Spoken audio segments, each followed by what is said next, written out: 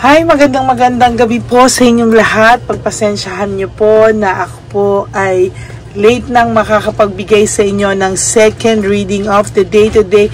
It is because meron po akong inatenan na family gathering. Ako po ay umaten ng kasal at ako po ay nagninang sa kasal, no? So pagpasensyahan niyo na po kung ako po ay na-late.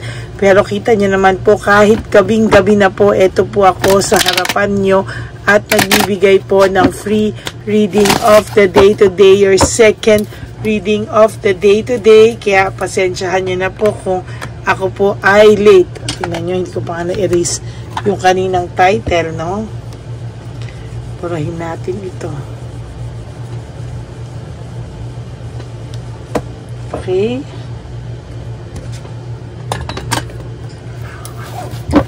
Tingnan po natin ano po kaya ang makikita natin sa second reading of the day today.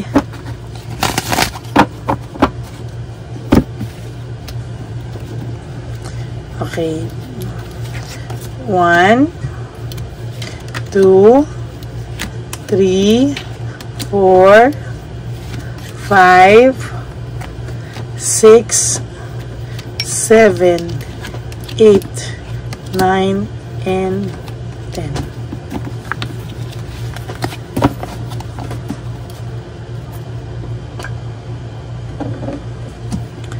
Okay, pili pa po tayo naman dito ng 10.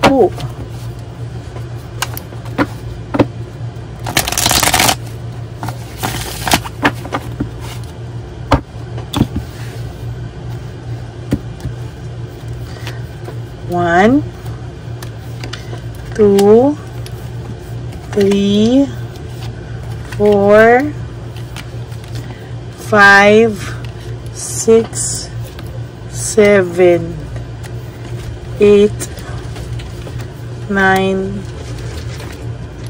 and 10.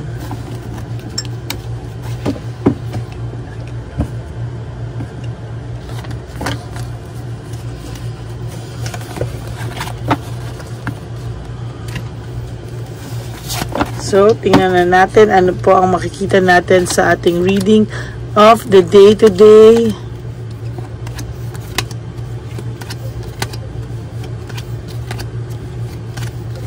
Huwag niyo po i-skip to at imagine niyo po na kayo po ay kinakausap po sa harapan niyo po para makuha niyo po ang energy po natin.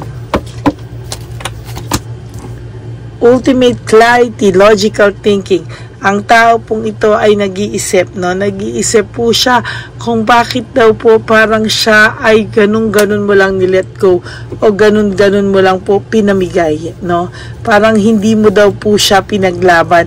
Parang ang lumalabas pa po dito ay siya po ay may siya pa po ang may tampo sa iyo,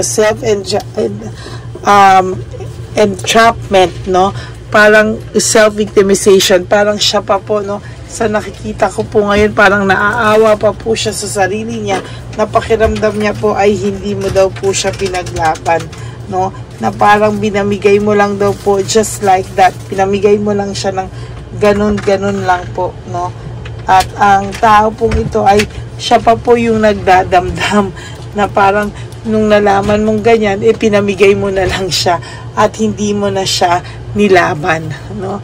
Kahit naman po ako kung niloko ko, hindi ko rin naman po ilalaban.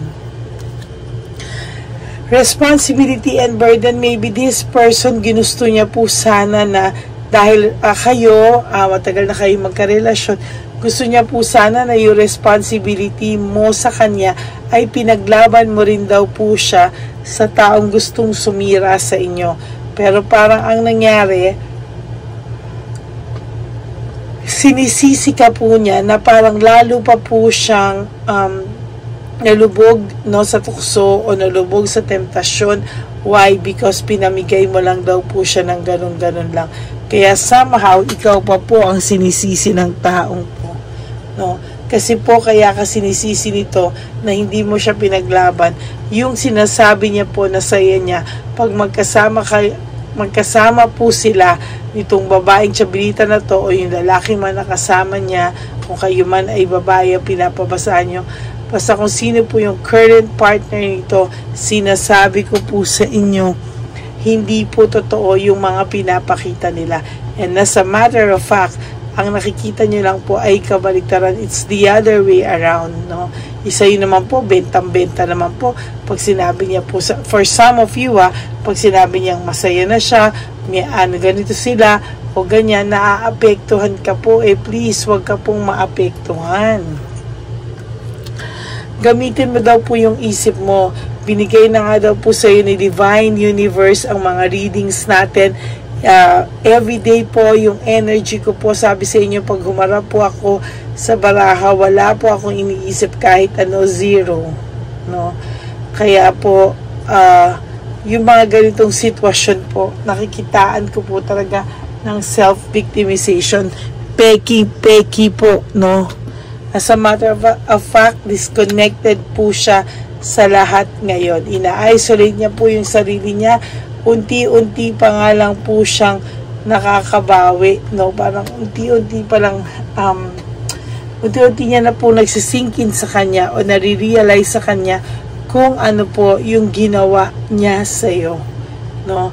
Doon pa lang po siya nagsisisi. As a matter of fact, ngayon, ang dami ko na as a matter of fact, ang dami po niya talagang pinagsisisihan and regrets na somehow hindi niya naman po masabi-sabi sa'yo dahil out of bitterness, out of pride, no? Out of yung ego niya na apakan mo po ng bonggang-bongga. No? Naging masyado ka po mapagbigay sa taong to be honest with you, kayo po ay talagang walang pinipili. Basta sinabi po ng ex nyo, tulungan nyo siya, lalo na ng mga beginning ng at simula ng inyong relationship. It is because, ayan, no, talagang grabe po, no? Hindi mo po ma-imagine, talagang meron na po siya talaga, no? Meron po itong kakapalan ng muka, sa totoo lang, no? Pagkatapos po ng lahat ng ginawa niya sa'yo, parang pakiramdam niya po, babalikan mo pa po siya, no? Magpiling lang po siya, pero I hope na natuto na po kayo sa landas nyo. At doon naman po sa iba, since hindi ko naman po alam kung ano mga sitwasyon nyo, no? Doon naman po sa iba na maayos naman, nagsisi naman. Kung gusto nyo pong bigyan ng chance, it is okay, no? As a matter of fact, okay lang naman po na balikan nyo siya. Basta po, alam nyo po sa sarili nyo na totoo pong willing at sincere po yung pagbabago niya, hindi ganito. No? But for some of you, selfish na po, mas mahal na po nila yung sarili nila. Alam nyo po ba na may nakikita po ako dito na selos at talagang selfish, no? Insecure. Oh my God. Ito ay si Chabilitang Palaka. Ayan, no? Selfishness, jealousy, and insecurities, no? Dahil po hindi niya makuha yung person mo ng buong buo, feeling niya po may hati pa rin sa isipan mo at utak mo at puso mo at yung financial, alam niya po, no, na nagiging selfish po siya. Gusto niya po kanya lahat. Lack of initiative, yung person niyo po hindi makalapit sa'yo. No? Gustong-gusto po nitong lumapit. Gustong-gusto niya po magsumbong sa'yo. Gustong-gusto niya pong sabihin sa'yo lahat ng frustration niya sa buhay. Ang nangyayari lang po kasi, nauuna po yung pride, yung ego, yan. Pero somehow, no? Somehow, lack of initiative lang po ito, no? May nakikita pa rin po talaga ako dito na naiisip ka pa rin po ng person nyo. As a matter of fact, para po sa iba sa inyo, natakot po siya nung nararamdaman niya po na parang totoong hindi mo na siya mahal. Aba, dapat naman, alangan namang tapos wala siyang confident siya. Dapat po hindi ka maging ganyan ka-confident. Siya, yung guy, no, hindi siya maging ganyan ka-confident dahil sa totoo lang po kung wala ka at hindi mo to pinulot ng paulit-ulit, hindi ko po alam kung anong kamalasan ang mangyayari sa kanya. Nakakatakot po iyon. Whew, grabe, alas 12 pero sobrang lakas ng energy. Hinihila talaga, no? So, ayan po, meron silang problema. May minana silang problema sa pera, no? Talagang kailangan nilang i-resolve to. Kung hindi, talaga, ayan. Hindi rin gumagawa ng paraan tong si, si Palakang Coca kayo. Talaga inasa lahat po sa'yo yung pag-aano ngayon. Marami ka pong ambisyon na hinold mo muna dahil kay Chabilitang Palaka. Huwag mo pong pipigilan na kung ano man po yung nakikita mong kaya mo pang gawin. Push lang ng push, go lang po ng go, no? Kasi hindi po lahat ng tao ay mabibigyan ng ganyang opportunity, no? Kaya sana po huwag niyong sayangin. Marami ka pong kaibigan, nakaalalay lang po sa inyo. Hindi po kayo pababayaan.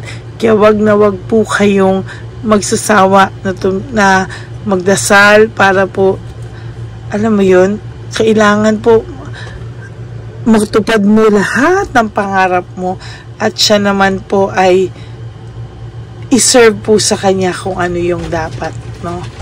Para kang pumasok sa isang restaurant, hindi mo alam kung ano o-orderin mo hanggang sinabi na lang na kami na bahala sa order mo, makukuha mo kung anong deserve mo. So patay ka na. Hindi mo po alam kung ano yung ipapakain sa iyo dahil yun nga, no? Yun nga yung joke dyan, no? Ay, sa totoo lang po, joke talaga niya yung mga sitwasyon ngayon, no?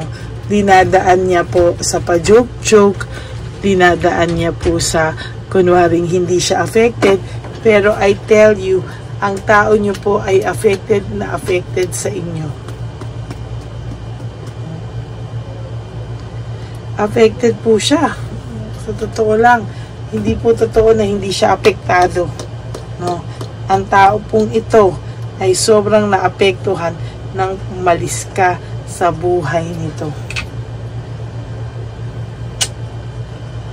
Ay, nakaka-drain yung energy niya kasi sabi ko nga sa inyo, medyo malungkot to, no?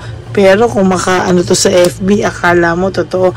There's coldness, no? Ayan daw yung katotohanan, ayan daw yung clarity na hinahanap mo, na meron siyang ngayon may kasama rin siya, no? Parang pinapapunta niya once in a while na sa place nyo, and sabi niya nag-uusap lang kayo or yung iba ayaw umamin.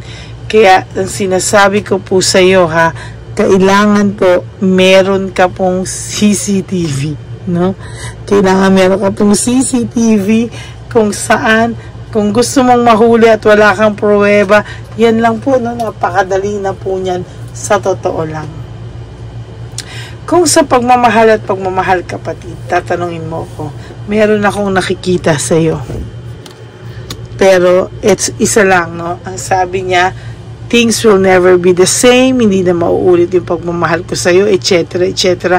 Because he is trying to convince himself na wala na, no? Na kinukonbinsi niya na somehow parang kinukumbinsi niya na kahit wala na kayo, kahit na ilang beses ka magpaalam na aalis ka, babalik ka, aalis ka, babalik ka, wala. Parang hindi niya na po makuhang nagaano siya, alam mo yung feeling na parang nagwa 1+1 siya kung babalik ka pa ba, nagwa 1+1 siya kung darating ba yung araw, ipaglalaban mo siya, babawiin mo daw ba siya. Yan ang title natin, gusto niyang bawiin mo siya, gusto niyang gumawa ka ng paraan mabawi siya kasi hindi mo daw siya pinaglaban, no? Kaya hinihintay ka lang po niya na gumawa ng paraan bawiin siya, no? Kaya lang sa too much pride po kasi nito, hindi po talaga siya ang lalapit kung hindi feeling niya ikaw po ang gusto niyang lumapit.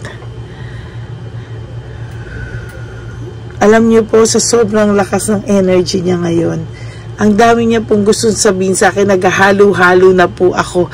Dahil parang ang daming istorya, no, behind, no? Merong loss of opportunity, missed chance. Sa totoo lang po, nawalan din po ito ng ganang mamuhay, magtrabaho, or ayusin yung kung ano man ang meron siya. Nawalan po talaga siya, no? Nagpapanik po siya, sa totoo lang. Confused na confused po ang person nyo. No right choice, no? Sa totoo lang, hindi niya po, kumbaga kung sino na lang daw yung nandyan sa kanya, kung sino na lang daw yung nakakausap niya, doon na lang siya kasi parang ang feeling niya po sa'yo ay wala ka rin naman din daw naging oras sa kanya ng mga latter part na nag-cause sa kanya ng depression, na yan ang sinisisi niya kung bakit po siya nakapagpaloko, nagloko, kasi nga po, ayun, no, parang ginajustify niya na kasalanan mo pa lahat, no? Parang ginajustify mo pa na niya pa na ikaw lahat ang nagtulak at nag-push sa kanya para gawin ito. Ngayon, he's really depressed. Kaya yung depression niya po, siya rin po ang gumawa ng sarili niyang ikakapahamak. Totoo po yan. Siya rin po ang gumawa ng sarili niyang ikakapahamak. Ayan. So, kailangan po ay gumawa siya ng paraan para, ang sabi niya, kailangan niya gumawa ng paraan para makapag-usap kayo someday. Hindi daw pwede ito, pero hindi po siya makagawa ng paraan. Kasi po, tatapatin po kita, ha. Palagi po nakabantay si Chabelitang palaka sa kanya. Palagi po, na-insecure po ito. Feeling niya po anytime, parang anytime po na gusto niya bumalik sa'yo, babalikan mo siya. At yun po yung hindi ko gusto sa energy niya. Yan, oh. Huwag po kayo mag-alala, may continuation po ito bukas. Titingnan ko po kung ano ang continuation nito, pero medyo drain na po yung energy ko ngayon dahil sa bigat po ng reading natin. Parang pakiramdam ko, ang dami-dami niyang hanash sa buhay, no? So, ayan po, no? Ang ating title of the day ay ano ba mas magandang title na iaano natin dito sa ating second reading of the day? Parang inaantay niya lang po daw na ipaglaban mo siya dahil ikaw daw po ay hindi mo daw siya pinaglaban at pinaliwala mo daw siya. Diba, mga immature, sila pa nag-iisip ng ganyan. So, that's it for your second reading of the day today. Pasensya na po kayo kung tumatahik-tahimik ako because I really want to read the energy ng person nyo. That's why minsan habang gumikilos yung utak ko, kumikilos yung bibig ko. No? Ayan. So maraming salamat po sa inyo, to all my Lady Reyna friends, family, and subscribers. I love you all from the bottom of my heart. Totoo po ang pagmamahal ko sa inyo. Nararamdaman ko po yan kasi kahit hindi po ako magbigay ng free reading or mag-send ng free reading sa YouTube, sinasabi ko po sa inyo na parang kulang po yung araw ko, no? Kaya ayan, ito na po yung second reading. Papanood na lang po bago nyo palaktawan to. Panoorin nyo muna po yung ating mga videos na hindi nyo po nakikita at hindi nyo pa po napapanood sa ngayon. Okay? Yan. So, for those of you po who wants to have a private reading with me, you can message me po at Lady Lee Elena. Nasa dulo po yan ng ating video. Yan. So, yan lang po, no? Please, no skipping of ads. Kailangan po ay tulong nyo na po yun sa atin. Kailangan po yun namin para po sa ating mga elderly, no? Kaya maraming salamat po doon po sa inyong lahat na walang sawang sumusuporta at sumusubaybay sa ating channel. Maraming pong salamat. Life is short. Don't make it shorter by stressing yourself from all the pains and heartaches na binigay ng kahapon. Just surrender everything to the divine universe and just let go and let God write your life and love story. Yan, magandang madaling araw po sa inyong lahat, and I will all see you again on my next reading tomorrow. Yan, sana po mapanood nyo po ito ngayon. Thank you so much. I love you all and God bless you all. Bye!